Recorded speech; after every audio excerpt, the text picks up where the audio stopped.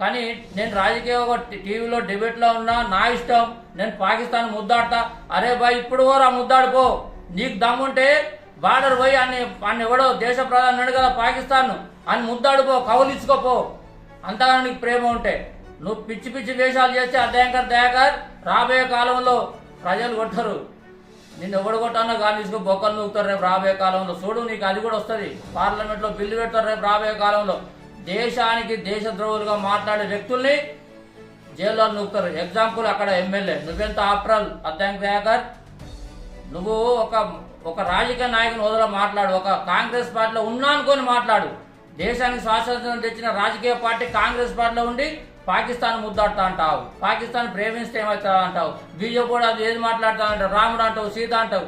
ఏంటిపై నీకు నోరు నాలుగుంటే మాకు కూడా నోరు నాలుగే ఉంది, మాకు కూడా కడుపు ఉంది, మాట్లాడదాం మాకుంది. నువ్వెంత ఆఫ్రాల్ దయాకర్, ఓ నీకు గుద్దామంటే ఇప్పుడు ఓ పాకిస్తాన్ గో, ఇది మంచి టైము. అలా ప్రేమించు. అలా నీ ఇంట్లోకి వెళ్ళాను కొనుక్కోపోయి అప్పీలు ఇచ్చేసి అరటి పనులు కొనుక్కోపో. అవి ఇలా పాలు పెరిగినాయంట, నీళ్లు పెరిగినాయంట, తీసుకుపోయి ఇచ్చేది రాపో నీకు ప్రేమ ఉంటే. మిస్టర్ దయాకర్, ఒళ్ళు దగ్గర పెట్టుకొని మాట్లాడి ఇక నుంచి.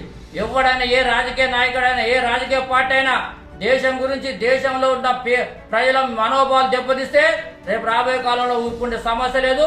నువ్వు ఉంటే, నువ్వు బతకడానికి ఉంటే, నీ పదవి కావాలనుకుంటే నీ కాంగ్రెస్ వాళ్ళని తిట్టుకో. నీకు ఎమ్మెల్సీ రావాలనుకుంటే నువ్వు రేవంత్ రెడ్డిని మెచ్చుకో. లేకుంటే సోనియా గాంధీని, రాహుల్ గాంధీని పోయి ముద్దు పెట్టుకో, నీకు పదవి వస్తుంది. నువ్వు దేశాన్ని ఇక్కడ ఉండి వేరే దేశాన్ని మెచ్చుకుంటా బిడ్డ, రేపు రాబోయే కాలంలో నీకు ఉంటుంది తడాక.